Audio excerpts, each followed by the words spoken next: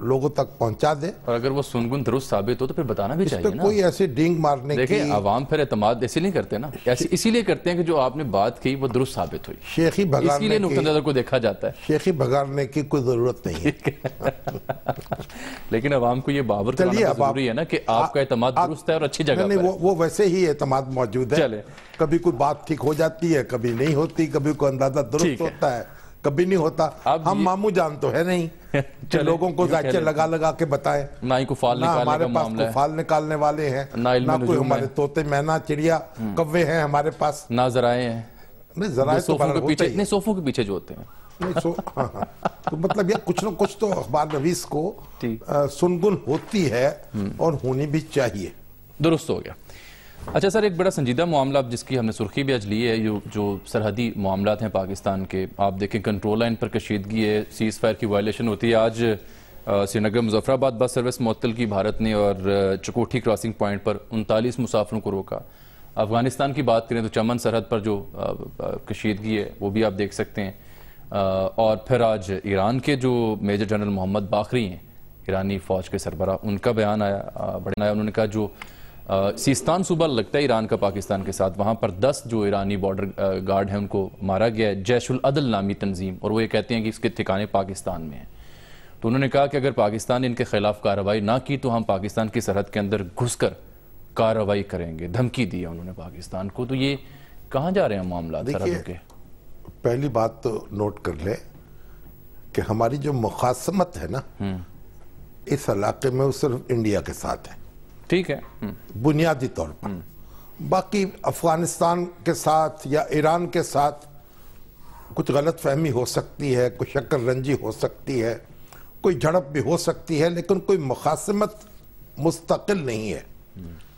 تو افغانستان کے اندر جو صورتحال ہے, ایک تو حکومت جو ہے وہ خود اس کے قابو میں کچھ نہیں آ رہا, اور دوسرے اس میں بھی طرح طرح کے عناصر ہیں. اب یہ جو مردم شماری ہو رہی ہے اس میں یہ کوئی یعنی ایک گاؤں ہے, اس کا ایک حصہ جو ہے وہ افغانستان میں ہے, ایک حصہ پاکستان میں ہے. اور اب وہ جو مردم شماری کے حوالے سے وہاں کچھ تکلیف ہوئی, اور انہوں نے کہا کہ اس علاقے میں یعنی یہ جو گرنے نہیں چاہیے لوگ, وہاں لوگ جو رہ رہے ہیں وہ سرتپا پاکستانی ہے, پاکستانی بجلی وہاں لگی ہوئی میٹر ہیں, گیس ہے, دوسری ساری سہولتیں پاکستان کی ہیں. تو افغانستان کا اس علاقے سے کچھ لینا دینا نہیں ہے. اور یہ بھی باور کروایا گیا کہ پہلے انٹیمیٹ کیا گیا تھا, اطلاع دی گئی تھی کہ مردم شماری کے سلسلے میں ٹیمز پہنچیں گی. اب پھر انہوں نے کابل سے پوچھا, وہاں سے کچھ ہدایت ایسی آئی کوئی منفی قسم کی. اب نتیجے میں جھڑپ ہوئی. اب پاکستان نے واضح کر دیا ہے افغانستان پر کہ آئندہ اس طرح کی صورتحال ہوگی تو پھر بہت سخت جواب دیا جائے گا. اور یہ بھی اتفاق ہو گیا ہے, جو فوجی افسروں کی, فوجی حکام کی میٹنگ ہوئی ہے, کہ ایک یہ عرضی سروے جو ہے وہ کرا لیا جائے تاکہ وہ جو سرحدی لائن ہے اس کا واضح تعین ہو جائے. دونوں ملکوں کی ٹیمیں اس میں مشترکہ طور پر کام کر رہی ہیں.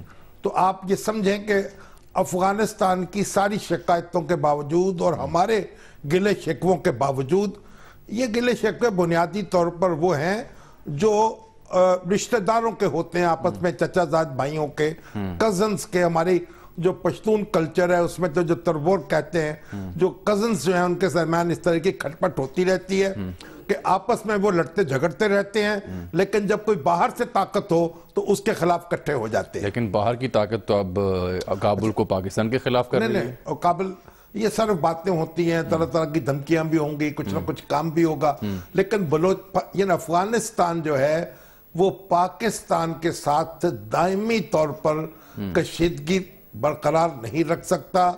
اس کے یہ مفاد میں نہیں ہے اور پاکستان کے مفاد میں بھی نہیں ہے. لیکن شاہم صاحب انہوں نے دورہ مسترد کیا پاکستان آنے کی دعوت. یہ تو رہے گا تھوڑا. وہاں دیکھیے ہنگامہ ہوا, فوجی مارے گئے, اور غصہ بھی اس کا آتا ہے, اور جب کمزوری ہوتی ہے تو غصہ زیادہ آتا ہے. افغانستان ایک لینڈ لاکڈ علاقہ ہے, اس کو اگر انڈیا سے تجارت کرنی ہے تو پاکستان کے ذریعے ہوگی, اگر دنیا سے تجارت کرنی ہے تو پاکستان کے ذریعے ہوگی. لیکن بہرحال ایک بات, دوسری بات یہ کہ جو ایران کا تعلق ہے, ایران کا جو علاقہ ہمارے علاقے کے ساتھ ہے وہ بھی بلوچ علاقہ ہے اور سنی میجورٹی ایریا ہے وہ سیستان, اس لیے وہاں بھی کچھ نہ کچھ کھٹپٹ ہوتی رہتی. لیکن یہ نان سٹیٹ ایکٹرز طرح طرح کے موجود ہیں وہاں. یعنی جو وزیر خارجہ ابھی ایران کے آئے تھے جواد ظریف, اس پہ اتفاق ہوا کہ معاملہ جو ہے بات چیت کے ذریعے سے طے کیا جائے. اور آج بھی ایران کے قونصل خانے سے ایک بیان آیا ہے, بلکہ ایک مضمون میں نے دیکھا پڑھا ابھی, اس میں بھی انہوں نے یہ کہا ہے کہ ایک بڑی برادرانہ طریقے سے معاملات کو طے کرنا چاہیے. ایک بات سن لیجئے کہ پاکستان جو ہے وہ کوئی نرم چارہ نہیں ہے.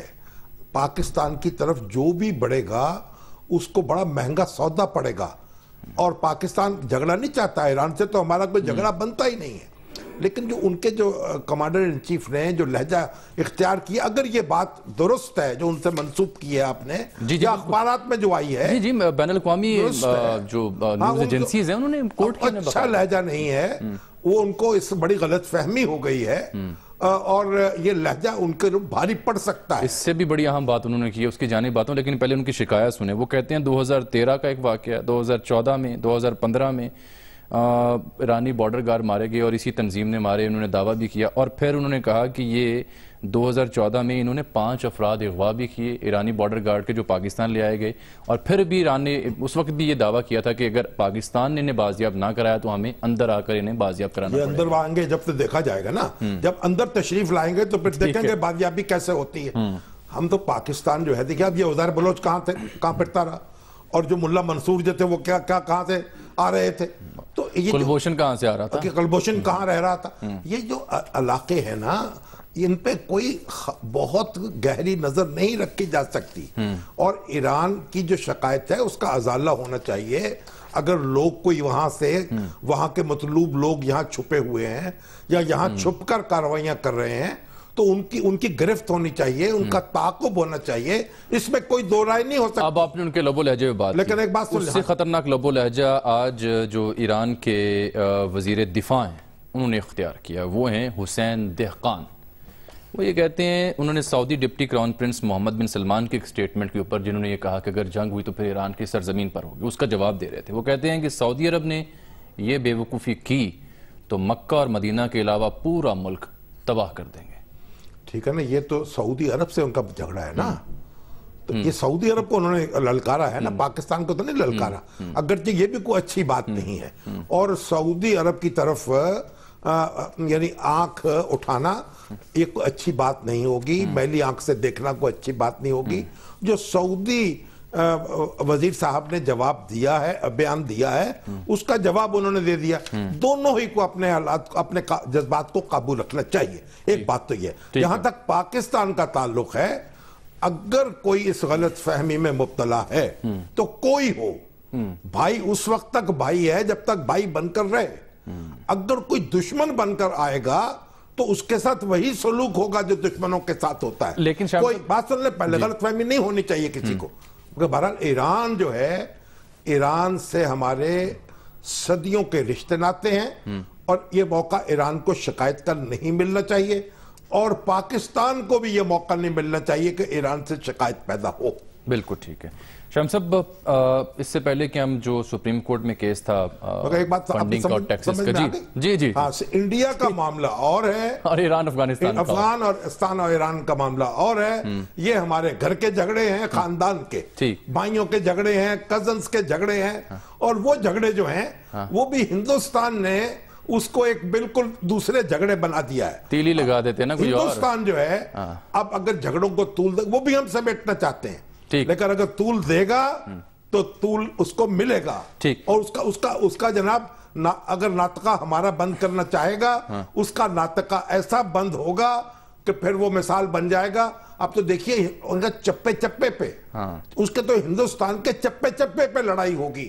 خود اس کے کروڑوں لوگ جو ہیں جو وہ بغاوت کریں گے, ان کو کوئی ٹھکانہ نہیں ملے گا. بالکل. آج جی یہ چیئرمین پیمرا جو ہیں ابصار عالم صاحب, انہوں نے ایک پریس کانفرنس کی, اور بہت جذباتی پریس کانفرنس مجھے لگی. ان کو سننے کے بعد ان کی زبانی سن لیں, ان کی گلے شکوے کیا ہیں, شکایت کیا ہیں, پھر اس پہ ہم بات کرتے ہیں. دیکھیے ابصار عالم صاحب نے آج کیا کہا. ہم جو بھی فیصلہ کرتے ہیں ہم جو بھی ایکشن لیتے ہیں وہ فوری طور پر کورٹس میں چیلنج ہو جاتا ہے، یہاں تک کہ اب شو کاز نوٹس بھی اس پہ بھی کورٹس نے اسٹے آرڈر دینا شروع کر دیے ہیں۔ ہم نے 357 ایکشن لیے ہیں اور ان میں سے 333 کورٹس میں چیلنج ہوئے ہیں، اور ان میں سے صرف کچھ کا فیصلہ ہوا ہے۔ ہم اگر فحاشی کے خلاف ایکشن لیتے ہیں، شر انگیزی، نفرت پھیلانے والے الفاظ کے خلاف ایکشن لیتے ہیں تو کورٹس اس پہ اسٹے آرڈر دے دیتی ہیں، اور جو ایک کنزرویٹو مائنڈ سیٹ ہے وہ ہمیں تنقید کا نشانہ بناتا ہے۔ جب ہم فحش ڈراموں پہ ایکشن لیتے ہیں تو جو لبرل ہیں وہ ہمیں تنقید کا نشانہ بناتے ہیں، اس پہ بھی کورٹ اسٹے آرڈرز دے دیتی ہیں۔ کچھ لوگ پیمرا کے امپلائیز کو تھریٹ کر رہے ہیں، میں اپنی ذات پہ تنقید برداشت کر سکتا ہوں، میرے خلاف ایسے ایسے الزامات لگائے گئے جس کا میں جواب دینا بھی مناسب نہیں سمجھتا، اس کو ناموس رسالت سے جوڑا گیا، اتنی خطرناک گفتگو کی گئی اور کروائی گئی، لیکن اس وقت سچویشن اتنی خراب اور تشویشناک ہو چکی ہے کہ اب یہ میرے امپلائیز، پیمرا امپلائیز، میرے آفیشلز، میرے ٹیم ممبرز اور ان کی فیملیز کی جان کو خطرہ ہے۔ یہ میں پیغام دینا چاہتا ہوں کہ ہمارے لیے کام کرنا مشکل ہو چکا ہے، ناممکن ہو چکا ہے۔ میری درخواست اور اپیل ہے پاکستان کے وزیر اعظم سے، چیف جسٹس آف پاکستان سے اور چیف آف آرمی اسٹاف سے کہ اس کی تحقیقات کی جائیں۔ اچھا سر، اس کا سوال بنیادی اٹھانے سے پہلے انہوں نے یہ بھی کہا کہ ناموس رسالت کی بات کی جاتی ہے اور مجھ پہ اس معاملے میں کہ مذہب کا، اسلام کا پتہ نہیں ہے، یہ بھی بات کی جاتی ہے، لیکن انہوں نے یاد دلایا کہ میرے 2 بھائی جو ہیں وہ طریق نفاذ مصطفیٰ تحریک میں جو ہے وہ اپنی جان دے چکے ہیں، تو مجھے نہ بتایا جائے اسلام کیا ہے۔ بہرحال اب یہ کس سے کیا شکایت کر رہے ہیں؟ دیکھیے، پہلی بات یہ ہے کہ پیمرا نے جو یعنی لائسنس جب ٹی وی کو ملتا ہے کسی کو تو اس کی کچھ شرائط ہیں، ایک ضابطہ اخلاق ہے، بالکل اس کے مطابق جب نوٹس لینا شروع کیا ہے اور کارروائیاں کرنی شروع کی ہیں تو عدالتوں کی طرف سے اس کے حکم امتناعی جاری ہوا۔ یہ شکایت کہ جو جاری کر سکتا ہے اس کی اور اگر پھر عدالت کا یہ کام اس کام کرنا مشکل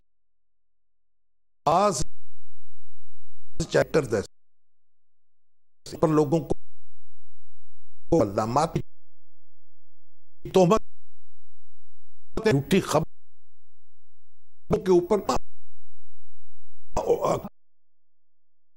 ان پر ہے مذہبی جائے۔ دیکھیے ابھی رہی ہے ان کا ایک دودھ کیا یہ ایسے کہتے ہیں باپ ایک بریک۔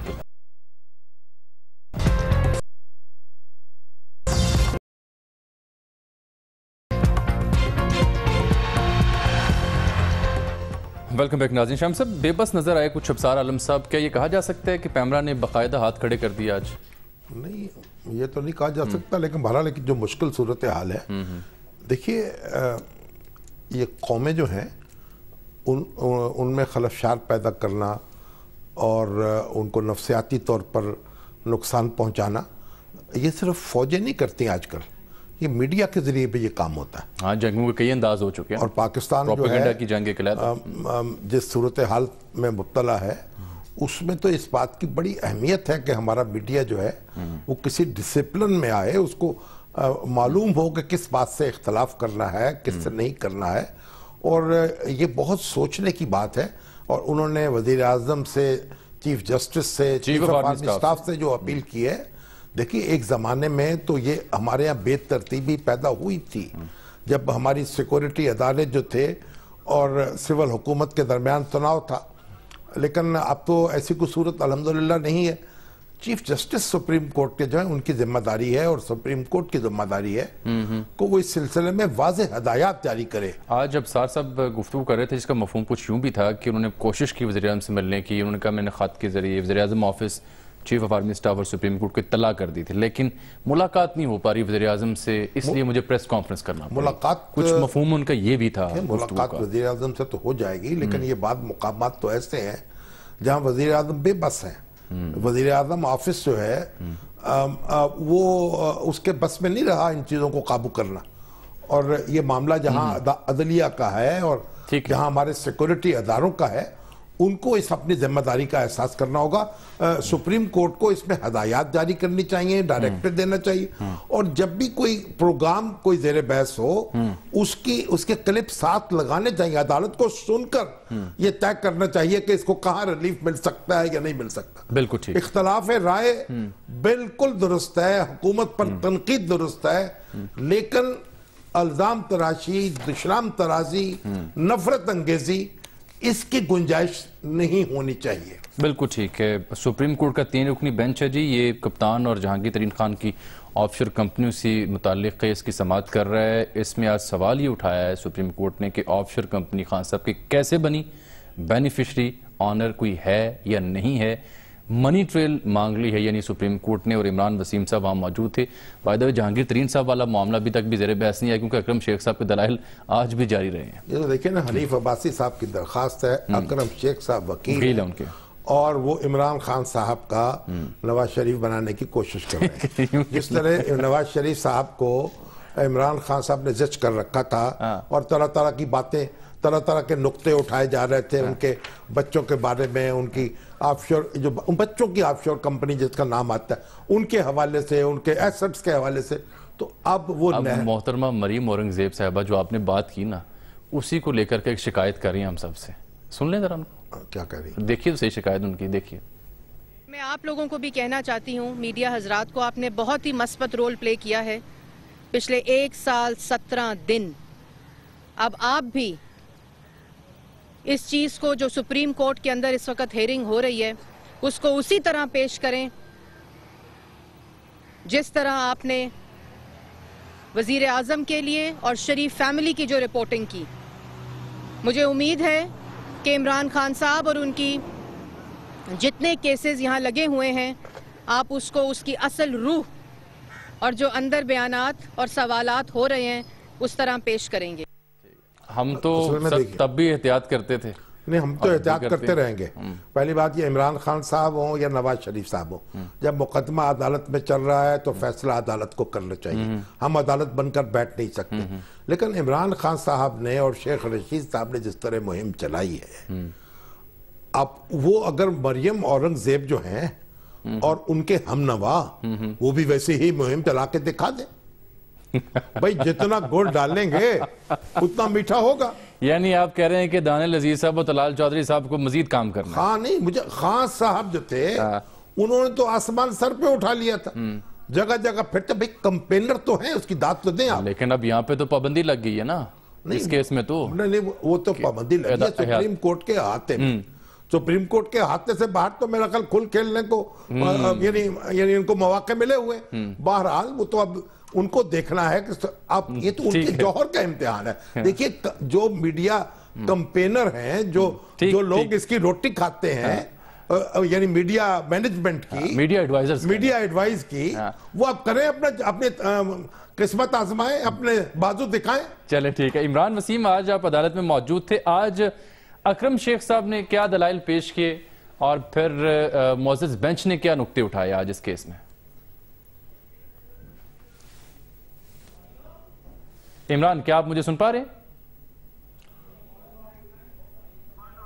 عمران وسیم سے ہم دوبارہ رابطہ کریں گے. سر, اس میں ایک تو دوسرا کیس بھی تھا نا جو الیکشن کمیشن والا, اس کا بھی معاملہ کلیئر ہوا. الیکشن کمیشن میں تو وہ آپ کے کیا ہیں, اکبر ایس بابر سر, وہ یہ کہتے ہیں کہ میری بنیادی پلی یہ تھی کہ غیر قانونی بیرونی فنڈنگ ہوئی ہے. $3 ملین 2 آف شور کمپنی کے ذریعے امریکہ سے آئے. برطانیہ میں پارٹی اکاؤنٹس کے لیے معاملات ہیں, وہ مشکوک اکاؤنٹس ہیں, اور پھر مڈل ایسٹ میں ہنڈی کے ذریعے پیسے آئے ہیں. یہاں پر 3 نقطے انہوں نے اٹھائے. تو وہ یہ کہتے ہیں کہ اب الیکشن کمیشن نے یہ چیز واضح کر دی ہے کہ جی, وہ یہ کہتے ہیں کہ الیکشن کمیشن نے یہ بات واضح آج کر دی کہ ایک تو بالکل یہ ہمارا دائرہ سماعت میں آتا ہے یہ معاملہ, اور دوسرا جو توہین عدالت کا کیس تھا اس کو بھی علیحدہ کر لیا. اور دونوں معاملات پر انہوں نے کہا عمران خان صاحب سے, ان کی جماعت سے, کہ 17 مئی کو اپنا جواب دما کرا. اصل میں جب یہ درخواست, اکبر ایس بابر جو ہیں یہ تحریک انصاف کے پرانے کارکن ہیں, خود کو کہتے ہیں بانی رکن ہیں, عمران خان صاحب کے ساتھ رہے ہیں, پھر ناراض ہوئے ہیں اور ان کے جو اکاؤنٹس کے معاملات جو ہیں لے کے پہنچ گئے ہیں الیکشن کمیشن میں. اب تحریک انصاف نے کوشش کی بھئی ایک دفعہ انہوں نے کہا کہ جب ہمارے اکاؤنٹس جو ہیں وہ منظور کر لیے گئے, الیکشن کمیشن نے ہمارے حسابات کو منظور کر لیا, اب تو اس کو ری اوپن نہیں کیا جا سکتا.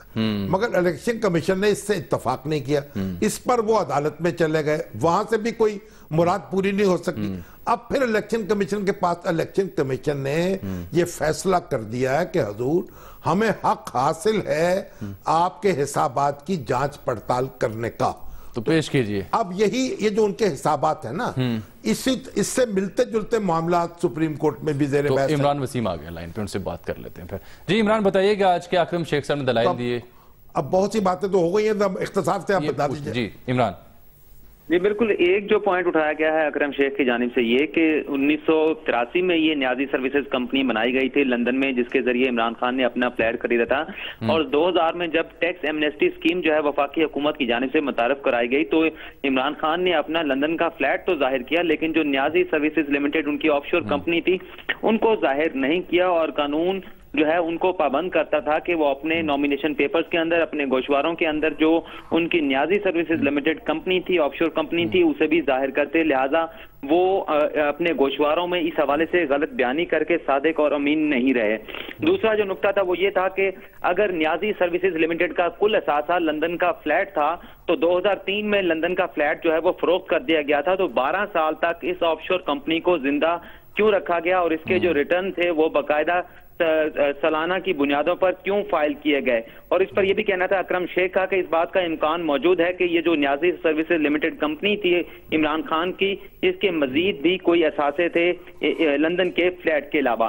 تیسرا جو ان کا نقطہ تھا اکرم شیخ کا, ان کا یہ کہنا تھا کہ بنی گالہ کی اراضی کی خریداری کے حوالے سے جو جمائمہ خان کا موقف ہے اور جو عمران خان کا موقف ہے اس میں یکسانیت نہیں ہے, اس میں تضاد ہے. عمران خان قومی اسمبلی کے فلور پر کہتے ہیں کہ وہ لندن کا جو فلیٹ تھا اسے فروخت کر کے پیسہ پاکستان میں لے کر آئے, جبکہ وہ الیکشن کمیشن میں عمران خان یہ کہتے ہیں کہ جو بنی گالہ کا جو مکان ہے ان کی سابق اہلیہ نے انہیں تحفے میں دیا, جبکہ جمائمہ خان لندن میں ایک پاور آف اٹارنی دیتی ہیں جس میں یہ کہا گیا جمائمہ خان کی طرف سے کہ جو بنی گالہ کی اراضی تھی وہ بے نامی خریدی گئی عمران خان کی جانب سے جمائمہ کے نام پر, اور انہوں نے عمران خان کو بنی گالہ کی اراضی کے لیے کوئی پیسہ بھی جو ہے وہ ادھار نہ دیا, اور نہ ہی عمران خان نے انہیں یہ پیسہ واپس کیا کیونکہ انہوں نے ادھار نہیں دیا تھا. جبکہ ایک اور بات بھی اکرم شیخ کی جانب سے کہی گئی کہ جو لندن سے پیسے بھجوائے گئے تھے بنی گالہ کی اراضی کی خریداری کے لیے وہ راشد خان نامی کسی اکاؤنٹ ہولڈر کے اکاؤنٹ میں بھجوائے گئے تھے. اگر وہ رقم جمائمہ خان نے عمران خان کو ادھار دی تھی تو وہ عمران خان کے اکاؤنٹ میں آنی چاہیے تھی. ٹھیک ہے, تو جج صاحب نے کیا نقطے اٹھائے اس میں؟ جی بالکل, جج صاحبان کا یہ نقطہ سوالات کیا اٹھائے؟ سوال جج صاحب کے سوالات تھے وہ یہ تھے کہ جو فلیٹ تھا آف شور کمپنی کے ذریعے جو خریدا گیا تھا, جب وہ فروخت کر دیا گیا تو صرف کاغذوں میں ایک کمپنی بچ گئی تھی, اس کا کوئی اثاثہ نہیں تھا. اور یہ بھی یہ سوال اٹھایا گیا عدالت کی جانب سے کہ ایسا کوئی منتخب رکن اگر اس نے ماضی میں اگر کوئی اپنا اثاثہ ظاہر نہ کیا ہو, کیا اس بنیاد کے اوپر اس کی نااہلی ہو سکتی ہے؟ جبکہ ایک فاضل جج کی جانب سے یہ بھی کہا گیا کہ کم از کم عمران خان نے لندن میں جو فلیٹ خریدا تھا وہ انہوں نے ظاہر کیا تھا اپنے گوشواروں کے اندر, جس پر اکرم شیخ کا یہ کہنا تھا کہ عمران خان نے 1983 میں یہ فلیٹ خریدا تھا اور 17 سال تک انہوں نے یہ فلیٹ چھپائے رکھا, اور 17 سال کے بعد 2000 میں جب حکومت کی جانب سے ٹیکس ایمنیسٹی اسکیم متعارف کرائی گئی تب عمران خان نے اس فلیٹ کو ظاہر کیا. بہت شکریہ آپ کا عمران وسیم. سر ایک بریک لے لیتے ہیں, اب بریک تو لے لیں, لیکن اصل بات یہ ہے کہ یہ اب نقطے تو اٹھتے رہیں گے.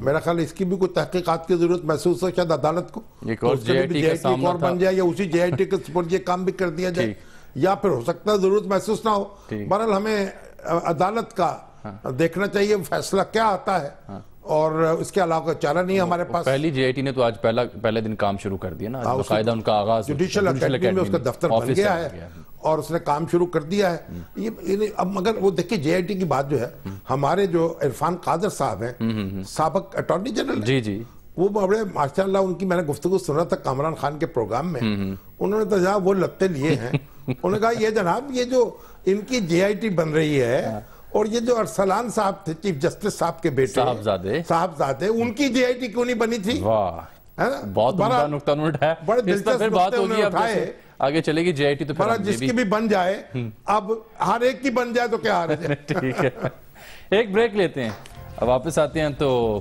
ذکر ہوگا 15 سال کے ایک طالب علم کا جس کو اسکول ٹیچر سے محبت ہوئی اور 39 سال کی عمر میں پھر اس نے شادی کی اور صدر بنا. ایک بریک کے بعد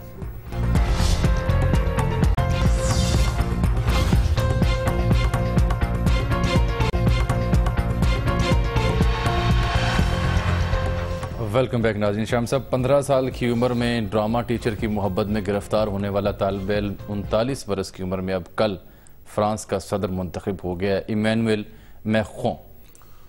ہاں دیکھیے اس طرف آتے ہیں, کیپٹن عمیر میاں نے اپنی خدمات پیش کی ہیں عمران خان صاحب کے خلاف مہم چلانے کے لیے.